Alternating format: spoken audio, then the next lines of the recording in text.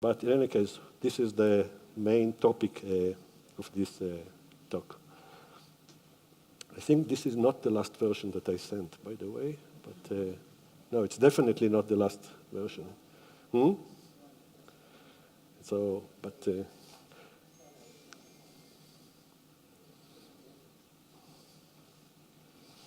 anyway, okay. It's not very far from the last version, so.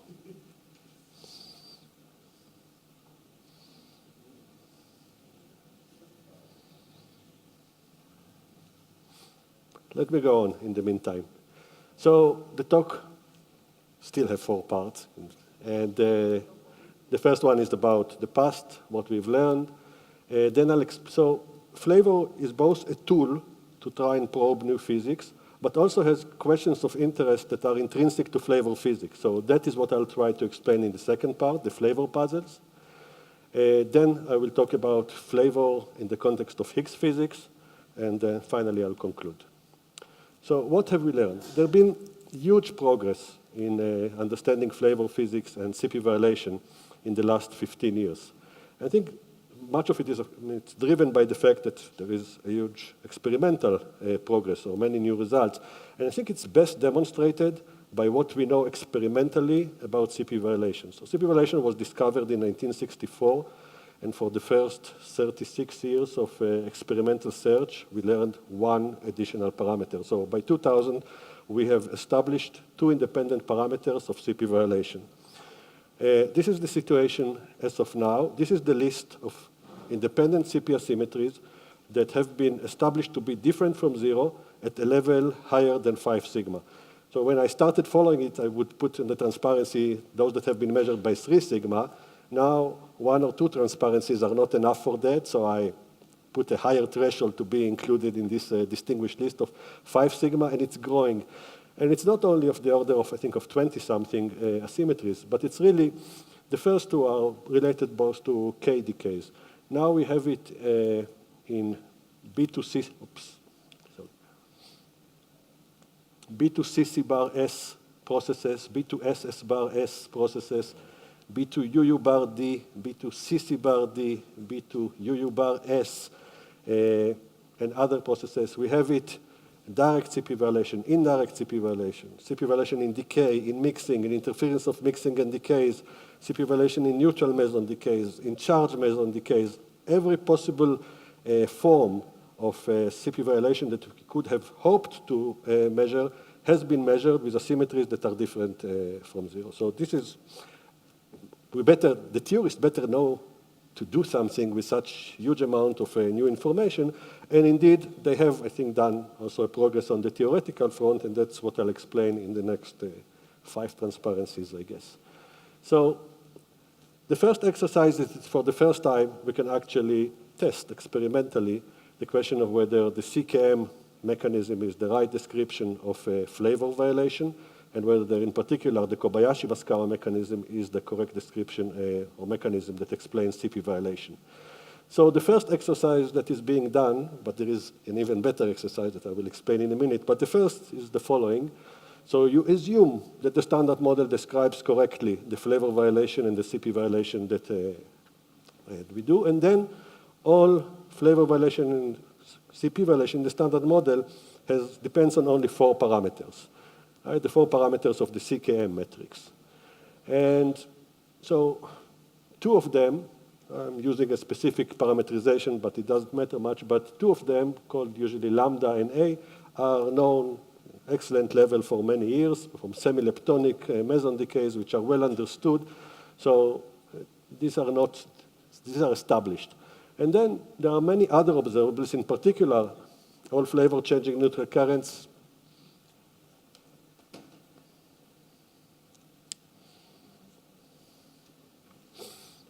Okay, completely different talk comes now, but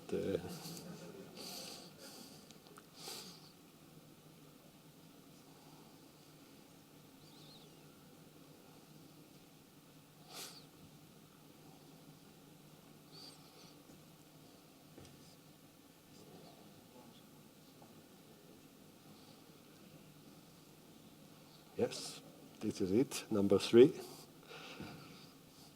number 1 was not sent to here. It's in the recycle bin. So in the meantime, let me still talk. So what remains are 2 parameters. 2 parameters means that you need, that describe what remains to be measured as CP violation, flavor changing processes. 2 parameters mean that you need 2 experiments to fix the values, and a third measurement is already a test. And with the richness of the B factories, we have many more than 3 measurements. Okay, great.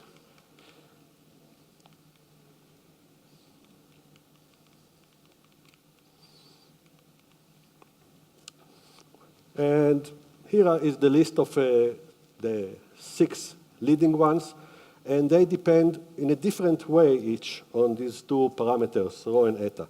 So we have at least 6 measurements of 2 parameters. It's a strong test. The standard model could easily fail on this test, and this is plot that if you've ever been to a flavor physics talk in the last, 5 years, you've seen this plot. So these are the individual measurements projected on the plane of these 2 parameters, rho and eta. And the question is whether there is an overlapping region of all these different measurements. And indeed, here there is a very tiny overlap, which is not a signature of fine-tuning, but just of the experimental accuracy of these measurements, which is impressive. In the end, it's a point, which is the right answer. So first of all, the standard model did not fail. Second, this axis is this parameter eta. This is the CP violating parameter, and once it's established to be different from 0, then we know that the Kobayashi-Maskawa phase, this is the Kobayashi-Maskawa phase, is different from 0, and the standard model has passed this very stringent consistency test successfully, and so the statement that we can make is that very likely the CKM mechanism dominates flavor violation and CP violation. But we can do even better, and this is really, I think, a beautiful interplay between experiment and theory. So you can do a really absolutely convincing test. You don't even have to assume the standard model. You can allow new physics. And you have enough experimental results and enough theoretical sophistication that even with this freedom, you can establish that the Kobayashi-Maskawa mechanism is or is not the right mechanism of CP violation. So let's one transparency on how it's done. So you take a process that is sensitive to new physics, in particular BB bar mixing. Okay? It's a flavor changing recurrent process, so it's highly suppressed in the standard model, can easily get comparable contribution from new physics, even if the scales of new physics is 100 TeV. And so to parameterize what new physics can do to this process, it can have an arbitrary size, an arbitrary phase. So you need 2 parameters for any new physics that contributes to this process. So H is the ratio of absolute value of the new physics amplitude contribution to the standard model one, and twice sigma D, that's the convention, is the relative phase between these. This is the description for any new physics that contributes to BB bar mixing. And now you consider only 3-level decays, which are not sensitive to new physics, and this one process, BB bar mixing. And there is a list of processes that have been measured by the B factories and other machines. And it's 1, 2, so some of them appeared on the previous transparency. There is additional one. Some of the additional transparency are removed from here because they depend on additional flavor changing concurrent processes. So now you have 4 parameters instead of 2. 2 describe the standard model contribution as before, and 2 additional ones are needed to account for the possible new physics information. And you need more than 4 measurements now to make a test, to fix the parameters, a test. And you can now ask detailed questions and also quantitative questions. For example, you can ask whether now that you added a new source of CP violation, this phase here, is eta equals 0 allowed now? And if not, then we know for sure, it's model-independent answer that the Kobayashi-Maskawa mechanism is at work, that the standard model exploits the opportunity that it has been given to violate CP. You can ask whether this ratio could be larger than 1. And if the answer is no, then you not only know that CKM mechanism is at work, but you know that it's dominant, and you can quantify this as we will see. So this is a 4-parameter fit. I cannot show here 4-dimensional space. So traditionally, it's projected on each time on one plane of 2 parameters. So this is this 4-fit parameter projected on the 2 parameters of the standard model, rho and eta. And what we see clearly is that, again, eta equals 0 is still excluded in spite of the additional freedom by many sigmas. So very convincingly, without any model dependence or possible accidents, we know that the Kobayashi-Maskawa mechanism is at work. Now we see the same fit projected on the H sigma plane. So this is H on the horizontal axis between 0 and 0.5 here on the right. And this is sigma between 0 and pi.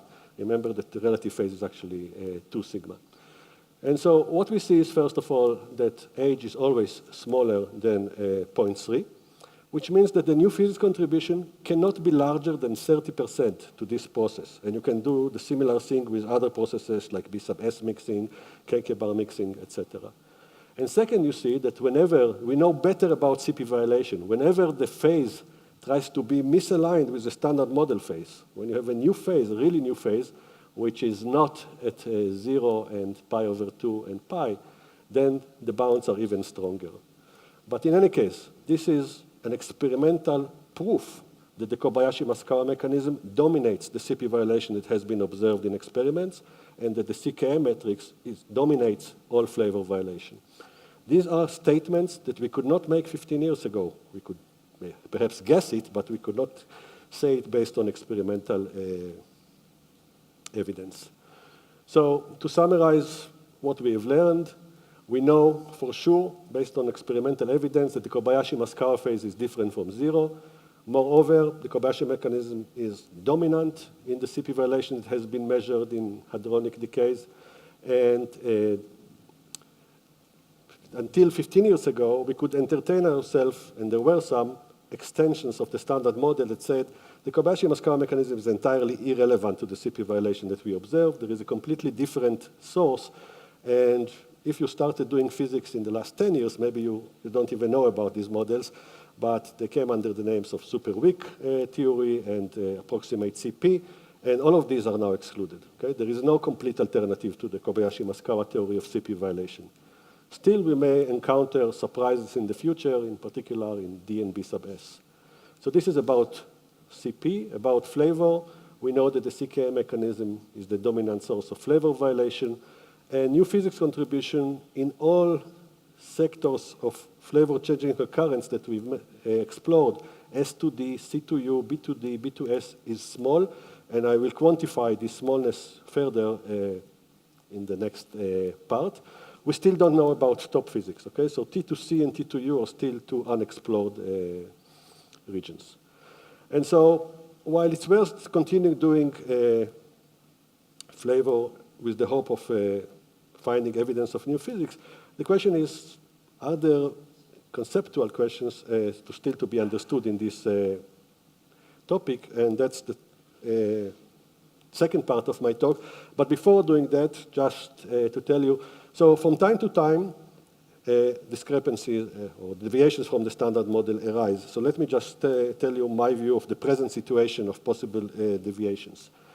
I would say that most tensions that have appeared either disappeared with time or are below 3 sigma, which I think we should not yet take too seriously, or involve large hadronic uncertainties and could be probably explained by QCD rather than as a deviation from the standard model. So let me mention some of these, and I go from the bottom to the top. D0 observed surprisingly large CP violation in B decays.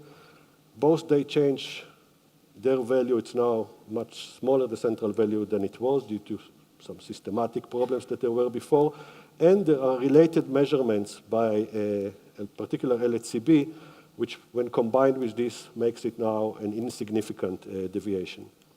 There was a lot of interest when LHCb found large direct CP violation in D to K plus K minus and pi plus pi minus. Then they came up with a second measurement that used a different tagging method and found a similar value but with an opposite sign so that the average is consistent with 0, and at the moment there is no significant deviation. Angular distribution in B2K star L plus L minus, again an LHCb result, but this comes in a particularly in a point that is particularly sensitive to QCD correction, so I would be suspicious that it can be used as evidence. What I think is more interesting is now there is a 2.6 sigma deviation from 1 in the ratio of branching ratios between B2K mu plus mu minus and B2K E plus E minus. This ratio should be 1 to excellent accuracy according to the standard model. In the ratio, the hadronic uncertainties are absolutely negligible. And if this becomes a real signal, if it causes the 3 sigma, and definitely if it causes the 5 sigma, this is something that flavor physicists should definitely work on. It's extremely interesting, but at the moment it's 2.6 sigma, and we'll see what happens with additional statistics.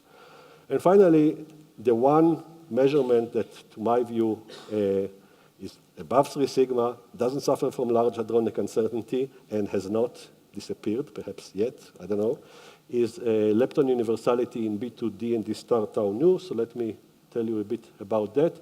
So what one measures is the ratio between B2D tau nu and B2D mu nu, or electron neutrino. Okay, so tau to the lighter neutrinos. So, and in particular, Babar has values that are larger than the standard model prediction by quite a significant amount. And Bell has larger uncertainty, but the results are in the same direction. These Bell results are based on a very small fraction of their data. The community is waiting, I think, for at least 2 years for a new result to come from Bell, and it's not coming yet for reasons unknown to me, but may shed light on what the final answer is. If you naively combine the results of Bell and Babar, the combination of these two things is 4.8 sigma away from the standard model, which is impressive. Babar by itself is above 3 sigma, but the two together. And the standard model predictions are quite robust because you can use here heavy quark symmetry, lattice calculation. I don't think the uncertainties are large. The only suspicious point about this is that tau leptons have been difficult for the B factories. So there were measurements that had large corrections after systematic problems were understood. And the results that involve tau leptons have shifted considerably in the past. I don't know if that would be the case. Now they are more experienced. So we don't know where it will go, but this is one that is interesting to follow. It will be amusing if this will end up being the first signal of new physics, because this is a 3-level decay, and it's an order 1 deviation. Okay? We usually think that new physics will be discovered in some flavor-changing current processes that are very rare in the standard model and require high order or sensitive to high-energy physics. If this is correct, then the new physics kicks in at low energy and couples at order 1 to the standard model. It would really be interesting. Okay? So this will be a surprise on the theoretical side. Okay. But we should wait and see. So the flavor puzzles. I think there are at least 2 or 3 interesting topics to understand about flavor intrinsically, not just as a tool for discovering new physics. And the first one is what I will call the standard model flavor puzzle. In its 2 features that I think are showing up in the Yukawa couplings of the standard model, which are smallness and hierarchy. So the standard model has 13 flavor parameters, 9 Yukawas, or if you want, masses of the fermions, of the charge fermions, and 4 parameters of the CKA matrix. They are written here, and on purpose, not as exact numbers, but as order of magnitude, to show that they span 6 orders of magnitude, and only 2 of them are order 1, which is the Kobayashi-Maskawa phase and the Yukawa of the top, and the other 11 are small and have a lot of different values, so they span many scales and are hierarchical.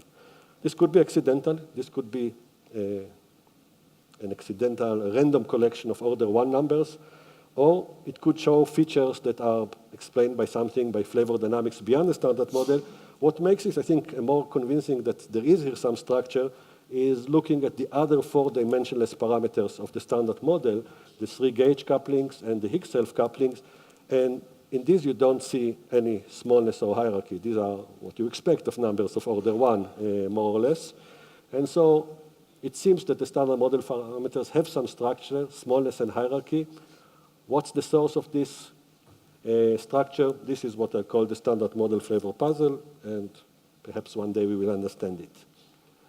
Then there is an interesting twist on this question, and that has to do with neutrinos. So we now know 5 neutrino parameters or related parameters. 4 of these are actually flavor parameters because the absolute scale of neutrino masses, I think, has nothing to do with flavor, but probably with other things. But we know 2 mass square differences and 3 mixing angles. And this list has quite a few interesting or surprising things, definitely have been surprising to the community, which tried to copy what happens in the quark sector to the lepton sector, and this expectation didn't work. So one of the mixing angle, what you would call the 2-3 element, this one, is definitely order 1. Unlike any of the CK mixing angles, which are small, this is an order 1 number. Actually, it's close to maximal. Maximal is here, it's 1 over square root of 2, 0.7. So this is a large number. We've not seen such large mixing angles anywhere. The second one, 1, 2, is also a large number. So these 2 angles are large. They're definitely larger than any of the CKM angles, but they're just order 1. That's, I think, obvious. The third angle, I would claim, is not particularly small. Could still be easily an order 1 parameter. In particular, if you work a little about mixing angles, you see that usually of the 3 mixing angles, the smaller one is of the order of the product of the other 2. And this, I think, is still true here. So you should not compare it to 1, but should compare it to the product of these 2, and then you see that this is not a particularly small number. Also, what we know from these 2 mass square differences is 1 mass ratio. We have a lower bound on 1 mass ratio, and this lower bound is 1 over 6. It's the square root of the ratio between these 2 numbers. We've not seen yet a ratio between charge fermions of 2 different generations that is as large as 1 over 6. The largest in the charge fermion sector is mu over m tau, which is 1 over 17, and the other are smaller. So this could also be an order 1 number.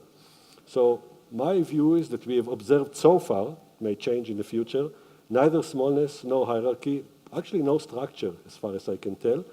And whatever you make of it, I think it's quite obvious that the flavor structure of the neutrino sector is different than the charge fermions. So why is it different? We have no idea.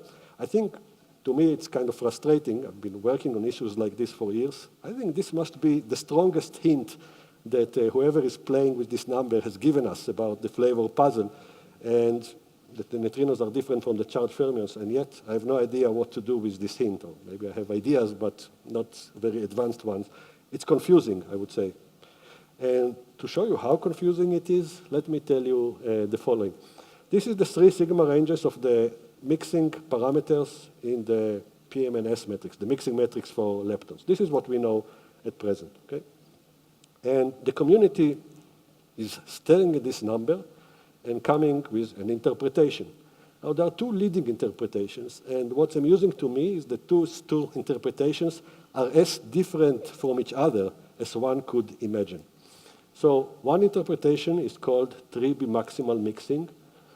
It looks at this column, and what they see here is 0, or approximately, okay, 0, 1 over square root of 2, 1 over square root of 2, which is this. So it's a maximal mixing of 2 states. They look at this column, and what they see here is 1 over square root of 3 in each of these 3 entries, which is what's called 3 maximal mixing. And then this is doing what it has to do in order to make the matrix unitary. So these are very special numbers, okay? These are really extremely special. 1 over square root of 2, 1 over square root of 3, and 0. And that's called 3B maximal mixing. There is a lot of work about this topic. The other part of the community looks at the same number and sees no structure whatsoever in this collection of numbers. Claim this is complete anarchy. These are random collection of order 1 numbers. So on one hand side, anarchy. On the other hand side, 3B maximal mixing with the same numbers, okay? So that just tells you that the puzzle is not only complicated, but even to state what's the starting point is still in question. Okay. Finally, the third puzzle to me is what I would call the new physics flavor puzzle, and it's related to the possibility there is new physics at the TeV. Actually, it holds even if the scale of new physics is 10 TeV or 100 TeV, it only disappears for sure if the scale is, say, above 100,000 TeV or so. Below that, there is still some puzzle. And it can be explained as follows. If there is new physics, and it's heavy, then you can present its effects at non-realizable terms, higher order terms of the standard model. At dimension 6, you have a huge collection of flavor-violating terms, and I chose these 4 which affect neutral meson mixing, but you can do it with other operators. And what we know, this constraint that I showed before, that we know that new physics cannot, say, contribute more than 30% to BB bar mixing, that translates into a bound on the coefficient of this operator. And if you assume that the scale here is 1 TeV, then it's an upper bound on the size of this dimensionless coupling. And similarly to all others. And these bounds, if the scale of new physics is TeV, range between 10 to the minus 4 and 10 to the minus 8 or so. These are extremely small numbers. Okay? This is not a loop factor. This is not a Yukawa that we have seen. These are unusually small numbers. And I think they make a very convincing case that if there is new physics at the TeV scale, then its structure must be highly non-generic. Okay, so that's the puzzle. Actually, if you look what can suppress the contribution of new physics that couples to quarks or leptons, there are not many things. It's not an infinite field of games. There are 2 features that could do it. One is that there is degeneracy. So think about supersymmetry. Let's say then the leptons must be or could be degenerate with each other, the different generations. And the other is alignment, meaning, say, if you have 3 lepton mass eigenstates, and one of them should really be the partner of the selectron, a muon, and a tau, and not a mixture of these. And some combination of these 2 things, degeneracy and alignment, must hold. There are no other possibilities to suppress except for fine-tuning. But as a feature, one of these or a combination of these should hold. Why is it there? What's the source of this? This is the new physics flavor puzzle. And the community have worked on solutions to these puzzles. And to make the case for the next part, let me tell you briefly about 3 possible solutions. Each of them is aiming at a different question. So one is known as natural flavor conservation. Here, it's specifically a solution for the 2 Higgs doublet model flavor puzzle. Okay, so this new physics flavor puzzle that I just showed, in case that there are 2 Higgs doublets and they are not heavier, much heavier than a TeV. Then the idea is that each fermion sector of up, down, and charged lepton couples to only a single Higgs doublet. The most famous is type 2 because it's an automatic consequence of the minimal supersymmetric standard model, where the up sector couples to one of the doublets and the down and charged lepton couple to the other.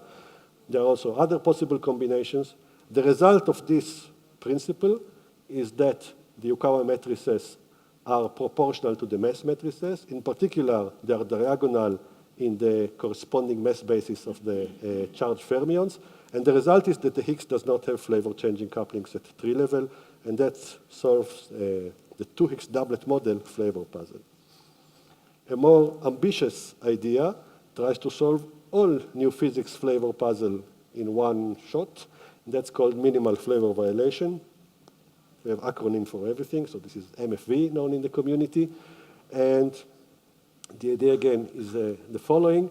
So one notices that when you put the Yukawa matrices to 0 in the standard model, you get a huge global symmetry, which is broken by the Yukawa, but it's broken in a well-defined manner. So if you assign the Yukawa matrices transformation properties under this symmetry, then the standard model seems to be formally invariant. It's not really invariant because these do not transform, but if you pretend that they transform, then it will become invariant. And the idea is to extend this to new physics and say, also new physics has this symmetry, and the only source of breaking are the same 3 matrices that we have already observed at the standard model, nothing else, no new sources of CP violation.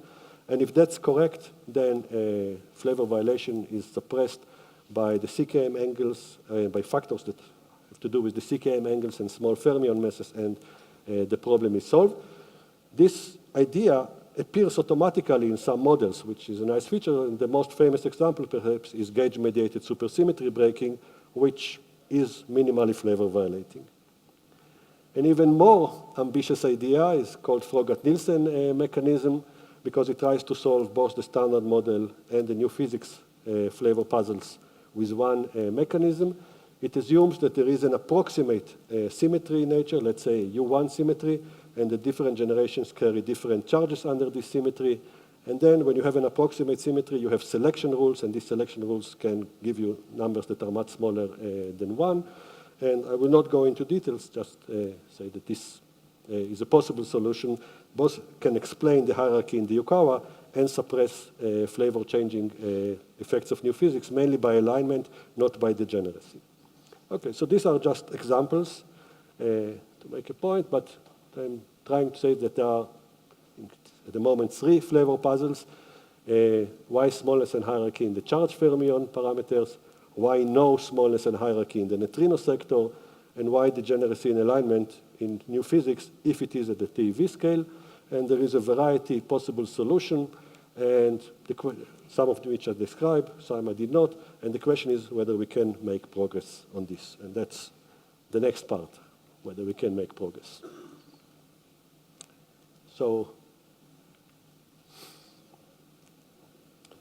the great hope, so as I said, directly, so let's say that there is some flavor dynamics or this Frogat-Nelson mechanism that is responsible for the hierarchy in the Yukawas. Most likely, the physics related to it, that is directly related, say in the Frogat-Nelson mechanism, it's an additional scalar with a vacuum expectation value and vector-like representations of quarks and leptons.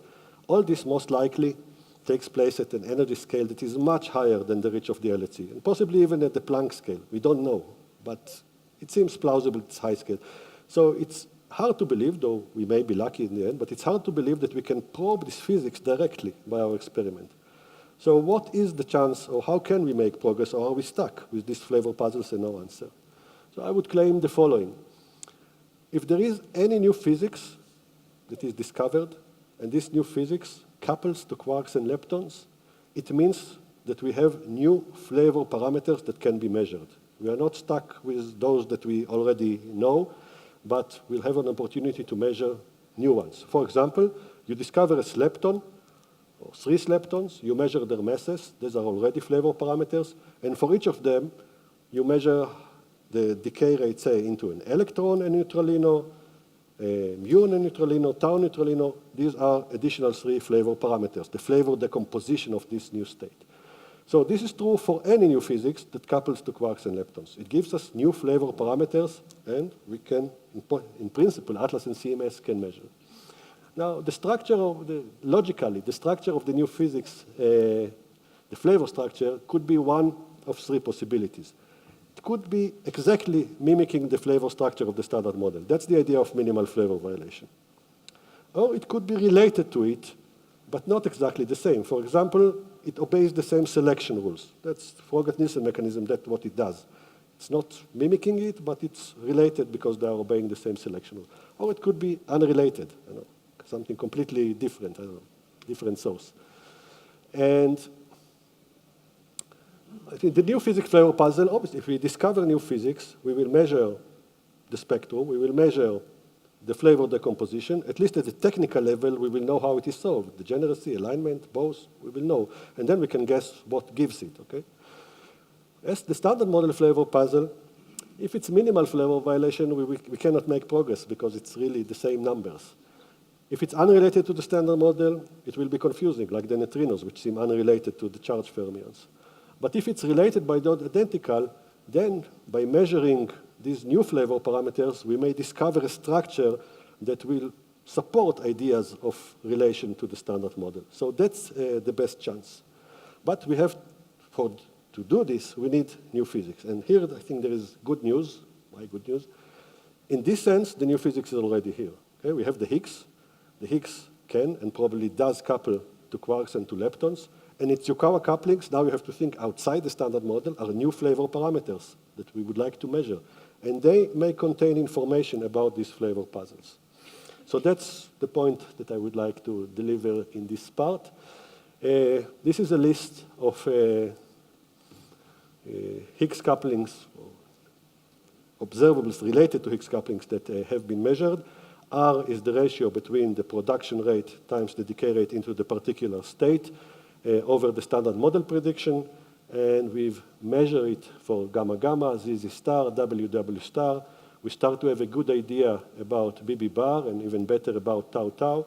And important for this talk, though not often emphasized, there are upper bounds on Higgs to mu mu and Higgs to EE. And to mu mu is not so far from the actual value. Okay? The rate is less than 7 times the standard model value, and we will get eventually to the standard model rate. You may think that a bound of 400,000, that Higgs to EE we know is now larger than 400,000 times the standard model value. You may think it's irrelevant. Well, even this is relevant, as I'll try to mention. So this is the list of what we know.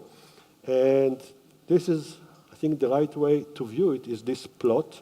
So what we see here are various particles to which the Higgs has 2 body decays. So this is the mass between 200 GeV and parts of an MEV. And this is the Yukawa. And we have here, from right to left, the top, the W in the Z, bottom, tau, muon, and electron. Now, most of the plots that you've seen in the past of this stop here. They don't go below 1 GeV. These are the CMS plots, for example, which are very popular because they don't ask the same questions that are being asked in this talk, and also because they give less importance to upper bounds than to give to, they want to see that here there is some empty, not that it goes down to 0, but there is already information here. So first of all, we know something already about all 3 Yukawa couplings of the 3rd generation, and none of them seems to be allowed to be too far from the standard model value. So that's already information. Top, bottom, tau, not far from the standard model. But what is perhaps difficult, so first of all, including the muon and electron takes now this to span some 6 orders of magnitude, which is not bad on both axes, actually. And second, what is not clear to the eye from your distance, but yes, from my distance, is that this tau allowed range, the lower bound, stops well above, actually a factor of 20 above, the upper bound on the muon. And so we already know that the coupling for a 2nd generation is smaller than to the 3rd generation, which is a beginning of real flavor physics with Higgs physics.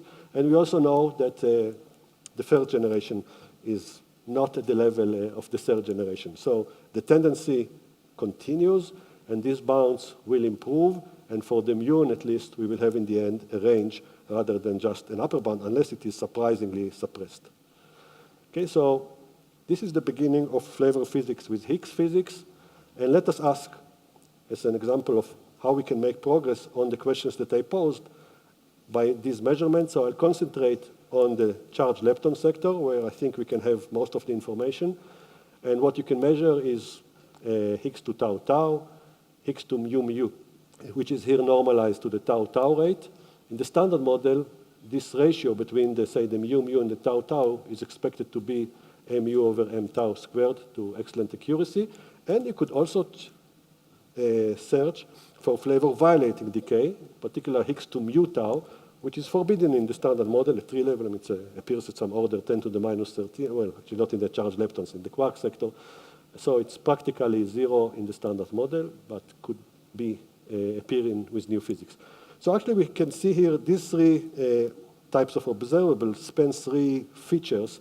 There could be a universal correction to the Yukawas, which means that R tau tau will be different from 1, but this ratio will be as in the standard model, and this one will still be 0. There could be a non-universal correction, which means that both R tau tau and X mu mu and X EE will differ from the standard model. And there could be flavor changing couplings, which is a 3rd feature. And with such 3 features, we can start probing new physics. Yeah, so these are, again, the numbers relevant to here. Let me mention something which is intriguing. CMS has searched for H2 mu tau, and there is a 2.5 sigma signal deviation from 0, which is interesting because the standard model tells you that it's 0. 2.5 sigma is not yet 3 sigma, but it's intriguing. And we can see here that this is a large branching ratio. If the central value is correct, it means that the branching ratio to mu tau is only 6 or 7 times smaller than the branching ratio to tau tau, which is a big branching ratio. So this is something to follow. Atlas is now doing the analysis, and CMS are doing it with additional methods.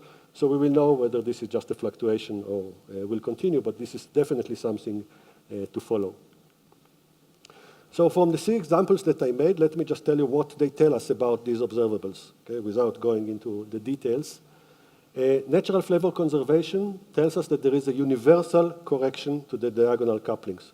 Okay, so if you know the MSSM, which is an example of natural flavor conservation, then you may remember that the couplings, say, to the down sector are changed by a factor of, I think, sinus alpha over cosine beta, and to the up sector by cosine alpha over sinus beta, but all of them are still diagonal and changed by the same factor. This is a universal correction. Minimal flavor violation allows for non-universal correction. It's a power series in the Yukawa. Okay, the details are not important, but it's a non-universal correction to the diagonal couplings, no off-diagonal couplings in the charged lepton sector with minimal flavor violation if you do not take into account neutrino masses. Frogat-Nielsen mechanism allows for both non-universal correction to diagonal couplings and allows off-diagonal couplings, or predicts off-diagonal couplings. So if you look at this table, these are the 3 observable, the correction to tau-tau, the ratio between the mu and the tau, and the possibility of off-diagonal couplings, H2 mu tau. And this is standard model, natural flavor conservation in the language of the MSSM, minimal flavor violation, Frogat-Nielsen. You can see that if these 3 features are measured and deviation in some are found, then we can distinguish between these possibilities, and that's progress. Okay? So this is what I mean, that we can make progress even without directly probing the dynamics of flavor. Let me also mention, this is a model by Judice and Lebedev, that's why I call it GL, which predicted, a nice model, by the way, predicted enhancement of tau-tau by a factor of 9, mu-mu by a factor of 25, and each of these features independently is already excluded by the measurement, so it's already excluding some ideas about flavor physics. So the message is that measuring the Yukawa couplings can probe flavor models, and okay, let me skip this one. It's important. And the summary of this part is that we are already measuring the 3rd generation coupling. We will definitely measure at least 1 2nd generation coupling to the mu, and there are ideas which are not crazy to have bounds at least, or to measure the Yukawa of the charm, and now first preliminary ideas are raised even about the strange, which would be extremely difficult, and we can definitely search for flavor changing couplings, in particular mu tau, E tau, and in top decays, not in Higgs decays, the coupling of top charm and top up, so T2CH or T2UH are already being searched for. So there is quite a collection of Yukawa couplings that can be measured or searched for. And if you do that, then you can start testing your various ideas of explanations of the flavor puzzles. Let me also mention that there is a lot of interest in this direction of the Higgs, its relation to flavor physics. So this is a list of works from the last 2 years or so, additional to our work. Let me finish. I talked very little about further exploration of high precision flavor changing recurrent searches. Okay, so what is now LHCb, and soon BEL2 will join, and there is the MEG experiment looking for mu2e gamma, and experiments NA62 looking for K2 pi neutrino antineutrino. So there is an activity also on low energy experiments measuring with high accuracy flavor changing recurrence. These are expressive examples of recent measurements by LHCb, really fantastic examples. Rare flavor changing decays at the level of a few times 10 to the minus 10. The ratio between these two is actually known very well, and at the moment it's 2.3 sigma higher than the standard model. I don't know if the next speaker is going to talk about this. If you look at the plot, you become a bit suspicious, but let's wait and see. 2 measurements of CP asymmetries in semi-leptonic decays, consistent with 0, but actually, as I said, these are the ones that are reduced the significance of the D0 result. And what I would like, so these are also measurement of flavor parameters, but in contrast to direct measurements of Higgs decays, this measure for us non-normalizable terms, okay? The coefficients of non-normalizable terms, or at the moment they give us upper bound. And so there is an interplay between the flavor physics of collider physics and the flavor physics of flavor factor is what I call, or the low energy measurement, or LHCb, Bell, etc. So first of all, there is complementarity in the reach. So on the one hand side, Atlas and CMS can discover new physics if it's up to a few TeV scale. Flavor factories can discover new physics at a scale that is at least 1,000 TeV and perhaps even higher, in principle. On the other hand, the flavor factories only measure the coefficient of higher order terms, or effective terms, non-normalizable terms. And so from the features that I told you, they're actually only sensitive to their product, the degeneracy times the alignment, while Atlas and CMS, if they discover new physics or in the Higgs, they measure directly the parameters, separately spectrum and separately flavor decomposition. So there is more information on that. So there is this complementarity. But the first feature is important because if Atlas and CMS discover nothing but the Higgs, then we lose the hint that we have for a low energy scale, and we don't know where to look next. Okay, so, but then if there is a deviation in flavor change current process, we get an upper bound on the scale of new physics, and we regain information. Okay, let me skip the next two because I'm asked to stop, so let me just summarize. So in the last 15 years, we made huge progress. We established beyond doubt that the CKM mechanism dominates flavor violation. The Kobayashi-Maskawa mechanism dominates the level of 80% CP violation that has been observed. Still, one would continue with the program, both because it can discover new physics at a scale that is higher than that of direct reach, but also because there are intrinsically interesting questions, because it seems that there is something interesting going with flavor, both in the standard model where there is some structure and beyond if it is TeV scale. And we would like to understand that. And in the future, the near future, already the present, the Higgs physics, beyond the physics of electroweak symmetry breaking, it's also a new arena to do flavor physics. And if further new physics is discovered that couples to quarks and leptons, then we will have the time of our life, I think, with flavor. So, thank you. Thank you very much for the presentation. Now questions, comments.